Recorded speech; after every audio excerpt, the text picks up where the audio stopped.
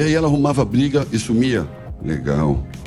Arrumava briga e sumia. Alteração comportamental emocional. Então, pessoal, o que isso significa pra gente? É muito comum também durante a traição a pessoa ter essa grande alteração de emoções. Trair gera uma grande ansiedade, né? O John Gottman fala muito isso. A pessoa que tá traindo, ela tá constantemente sob ansiedade de ser descoberta. Ela tá com a ansiedade pelo êxtase, né? Pela aquela excitação que é positiva pra ela, né? Olha só que estou fazendo algo escondido, já pensou se eu sou descoberto? Então, a pessoa tá com o êxtase, com a excitação para encontrar com o amante, para encontrar com a amante. A pessoa também tá ansiosa porque se ela for descoberta, ferrou, pode se dar mal. Então, esse tipo de coisa gera na pessoa ali uma bomba relógio de emoções. A pessoa tá sob forte emoção. Mas beleza, galera, vamos falar então sobre traição. Eu vou falar para vocês hoje qual é o principal comportamento que denuncia uma traição.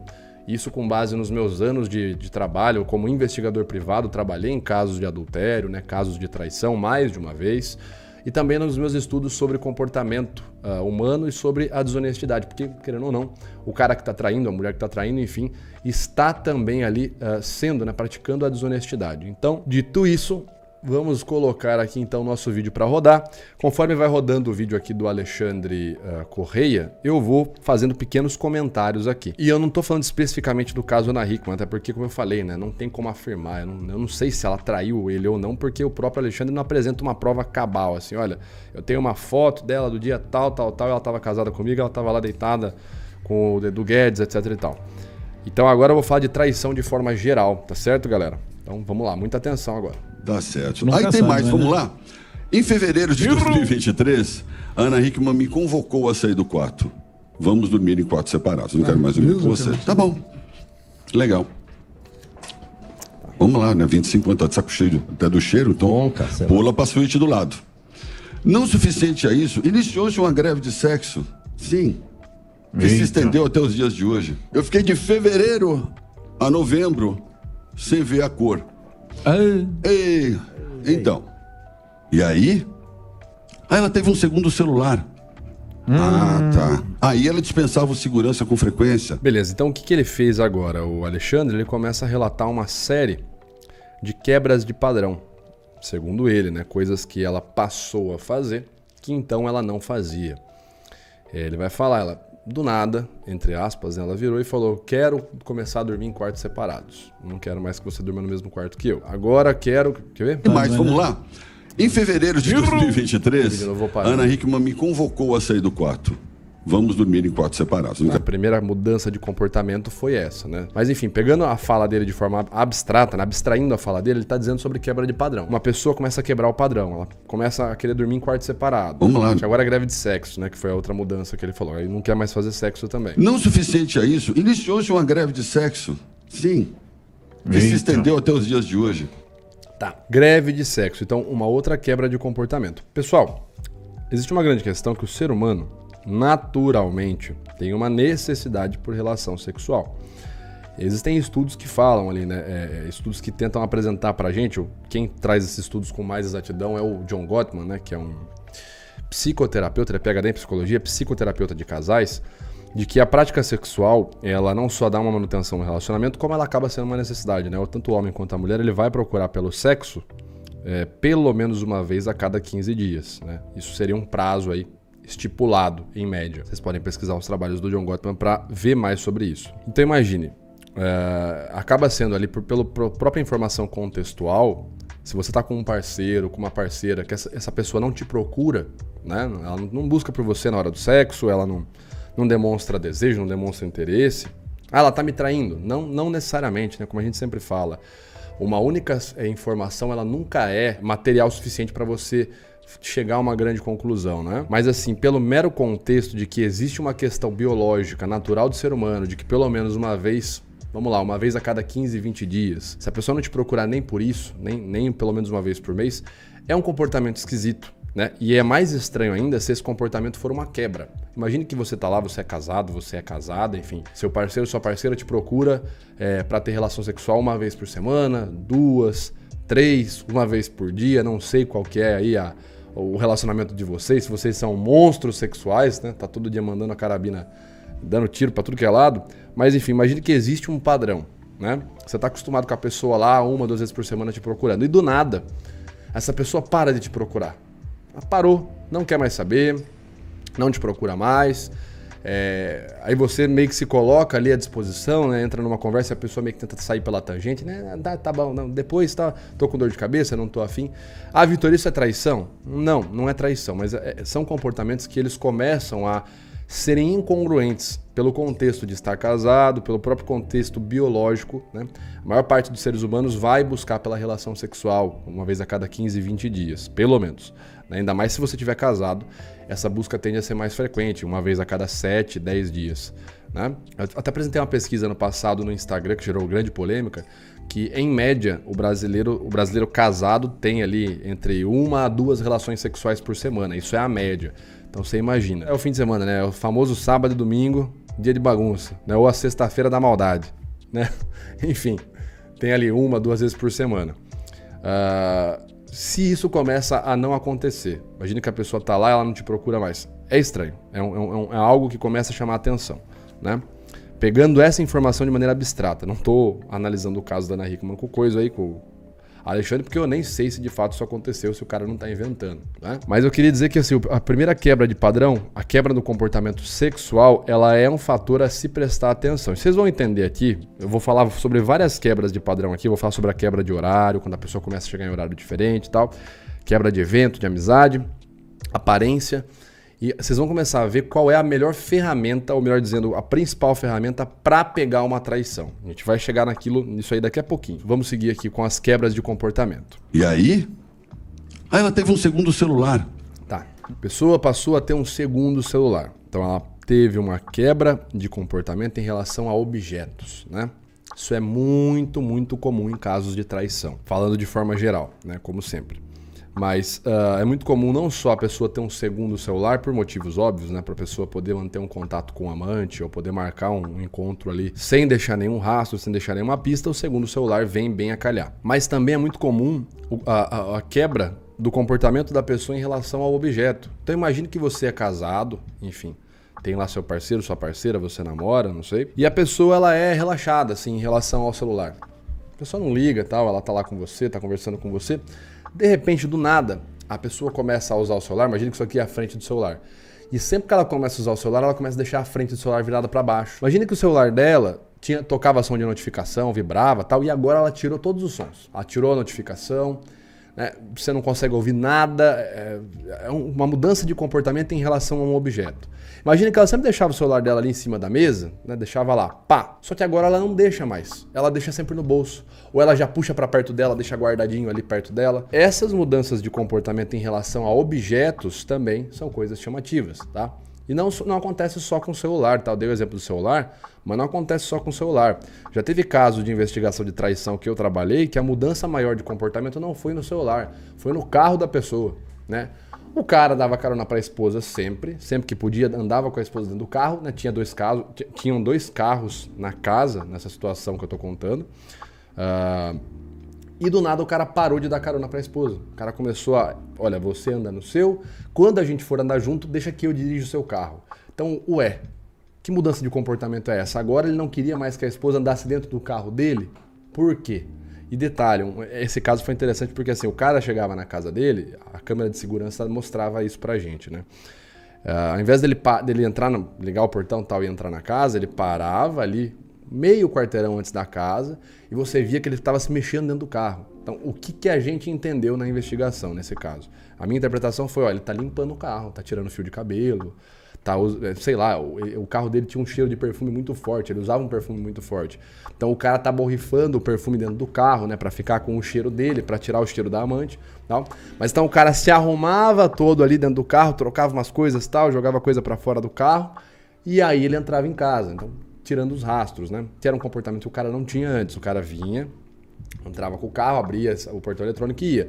Ele não parava ali meio quarteirão antes e tinha esse comportamento. Então, a quebra de comportamento em relação a objetos, ela não ocorre somente no celular, tem que ficar muito atento, tá? Pode ser no carro, pode ser de repente com o computador. É um objeto, a pessoa tá lá, ela sempre deixa o computador sem senha. Do nada ela começou a colocar senha no computador, do nada. Pá. Começou a colocar senha.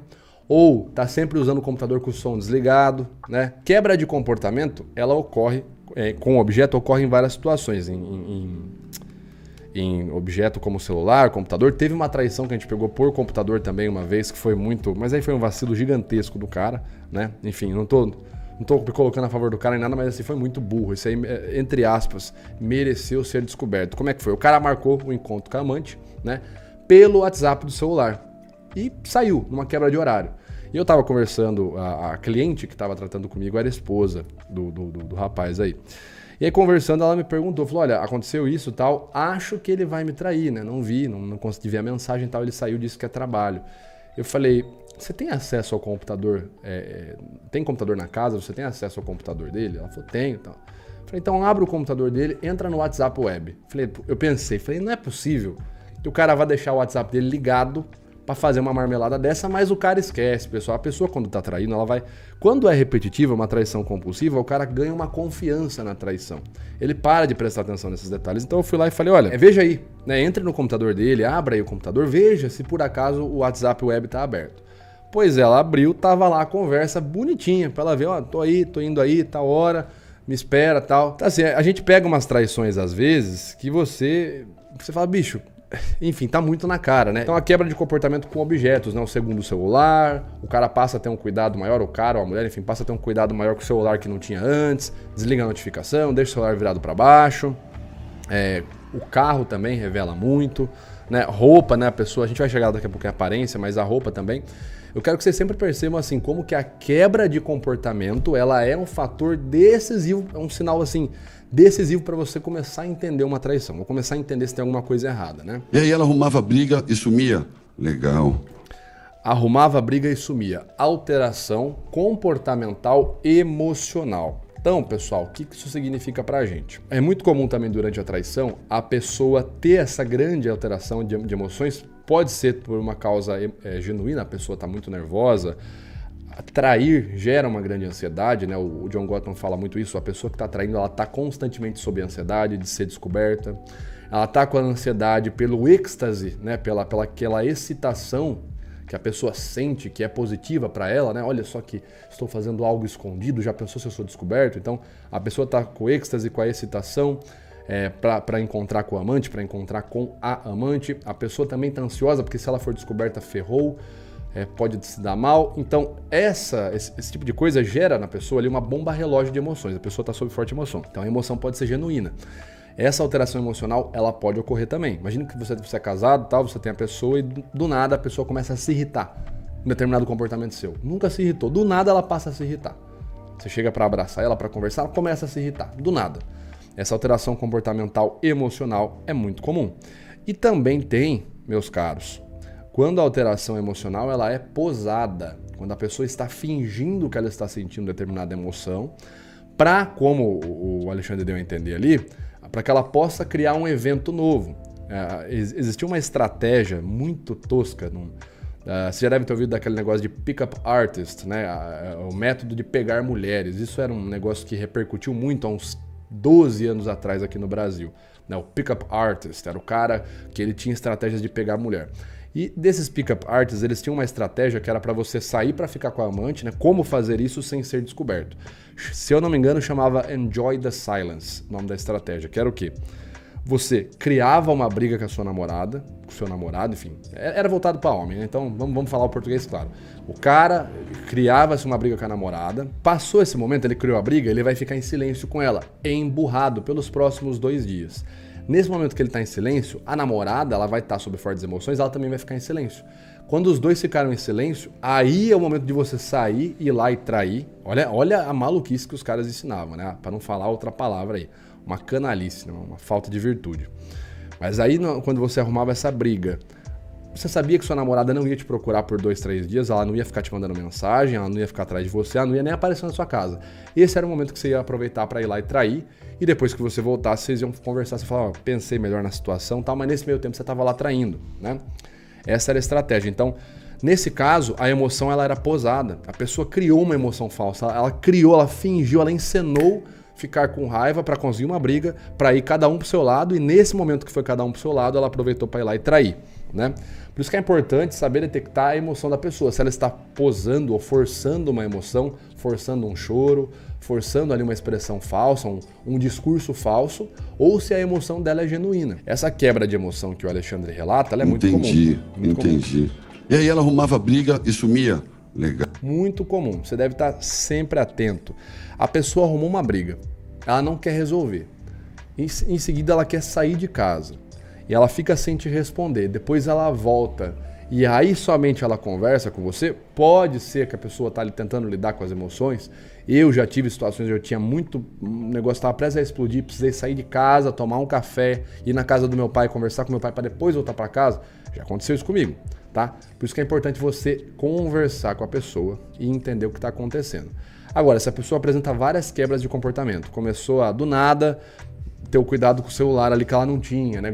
Começou a guardar o celular perto dela, botou senha no celular que não tinha senha, tirou as notificações do celular, ao invés de deixar o celular com a tela virada para cima, começou a deixar ele com a tela virada para baixo, perto dela, né? Um cuidado absurdo, quando chega perto do celular já puxa o celular para perto dela.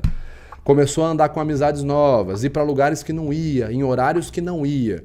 E aí ela começa a arranjar briga para sair de casa, esse combo de comportamentos já leva para uma outra interpretação, você concorda comigo, né? Uma coisa é você estar lá todo dia conversando com a sua esposa, um relacionamento bem bom, vocês têm ali um relacionamento sexual saudável, né? Vocês têm os mesmos horários de compromisso, as mesmas amizades, e do nada você sai de casa para lidar com suas emoções. Isso é uma coisa. A outra é você ter um combo de comportamentos esquisitos que você passou a mudar, que você não tinha, e aí você quer sair de casa do nada. Isso, nessa segunda situação, isso é muito chamativo. Isso é um grande alerta que você tem que ter, né? É uma grande red flag, como gostam de dizer aí os jovens dinâmicos. Pessoal, dia 1, 2 e 3 nós temos então nosso evento Detectando os Sinais, tá certo? Um evento gratuito, serão 3 aulas aí, gratuitas, onde a gente vai ensinar você a basicamente entender as emoções das pessoas ao seu redor. Que eu fiz agora nessa live sobre traição, nós vamos inclusive ter uma live sobre os sinais da enganação, né? Que basicamente propõe a você a entender melhor o comportamento das pessoas. Nós vamos falar sobre como analisar as emoções das pessoas ao seu redor, como analisar os gestos, a fala da pessoa, né, o tom vocal, analisar as palavras, o discurso, não só para você evitar ser enganado, não só para você conseguir persuadir a pessoa com mais facilidade, mas para você que realmente quer entender. Eu quero saber o que a pessoa que está conversando comigo sente. Quero saber o que ela sente por mim. Quero saber o que ela sente nessa conversa que a gente está conversando aqui, nesse tema. Qual é a opinião dela sobre esse tema? Qual é a emoção dela sobre esse tema? Para você que tem curiosidade e quer entender melhor o outro e quer ter mais segurança para falar com a outra pessoa, tanto para entender o que ela está falando quanto na hora que você vai se comunicar, você precisa se inscrever no evento Detectando os Sinais, tá certo? 3 aulas gratuitas. Vão acontecer daqui no dia 1, 2 e 3 de abril, né, Léo? Isso, 1, 2 e 3. Para se inscrever é fácil, o link de quem está no YouTube está rolando aí no chat. E quem está no Insta é mais fácil ainda, é só na minha bio do Instagram, clicar no link lá e garantir a sua inscrição gratuita, tá certo? Do evento Detectando Sinais.